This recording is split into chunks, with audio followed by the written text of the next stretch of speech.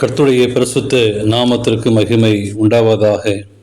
இந்த காலவேளை உங்கள் அனைவரையும் ஆண்டவராக இயேசு கிறிஸ்துவின் இன்ப நாமத்தில் உங்களை அன்போடு வாழ்த்தி வரவேற்கிறேன். விண்துளிகள் வாயிலாக இந்த நாளில் சந்திப்பதிலே மிகுந்த மகிழ்ச்சி அடைகிறேன்.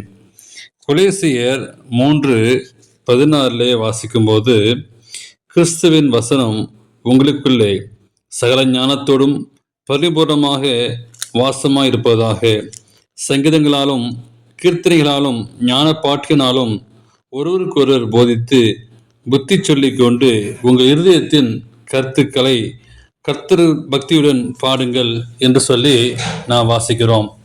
இந்த நாளின் செய்தியின் தலைப்பானது இசையின் இனிமை. இசை என்பது கேட்போருக்குள் குறிப்பிட்ட உணர்வுகளையும் உளவியல் மாற்றங்களையும் உண்டாக்கும்படி துணிகளையும் இணைந்து வழங்கும் கலைதான் இசை எனப்படுகிறது. மரபொழி பெற்ற இயல்புகளையும் அதனுடைய அடிப்படையாக கொண்ட ஓர் உளவியல் செயல்பாட்டின் மூலம் ஒரு தனிநபரின் மனநிலை இசை மாற்ற முடியும். தைரியம், பயபக்தி, வெறுப்பு, பரிவு, சந்தோஷம், கவலை, அன்பு போன்ற உணர்வுகளை தூண்டிவிட முடியும். இந்த ஆற்றலை தலைவர் பலர் உணர்ந்திருந்தார்கள். பொது நலனுக்காக மக்களை தூண்டிவிட இசையை பயன்படுத்தினார்கள். அதனால்தான் இராணுவத்திலும் கூட்டங்களிலும் பாடல் பாடுகிறார்கள். இசை மக்களின் மனநிலையை மாற்றுவதற்கு வரலாற்றில் பல உதாரணங்கள் உள்ளன. 1638 பாக்தாத்தை கைப்பற்றிய 4ஆம் சுல்தான் முரட் 30,000 பெர்சியர்களை படுகொலை செய்த உத்தரவிட்டார். அந்த பெர்சியரில் இசைக்கலைஞர் ஒருவர் இருந்தார்.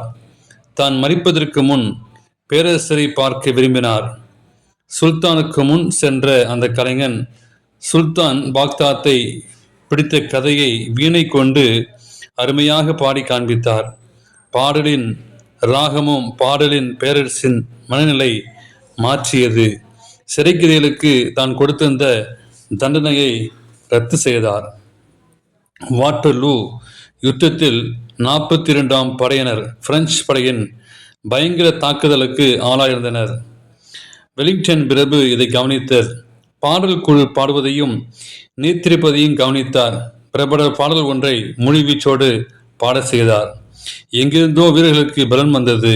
அணிவகுத்து சென்று எதிரிகளை முன்னிடாமல் தடுத்தார்கள். சவுல் ராஜாவின் மனநிலையை இசை கொண்டு தாவீது ராஜா குணப்படுத்தினார். பொல்லாத ஆவி சவுலை பிடிக்கும் போது தாவீது சுரமண்டலத்திலிருந்து தன் கையில் வாசிப்பான். அதனாலே பொல்லாத ஆவி அவனை விட்டு நீங்கும்.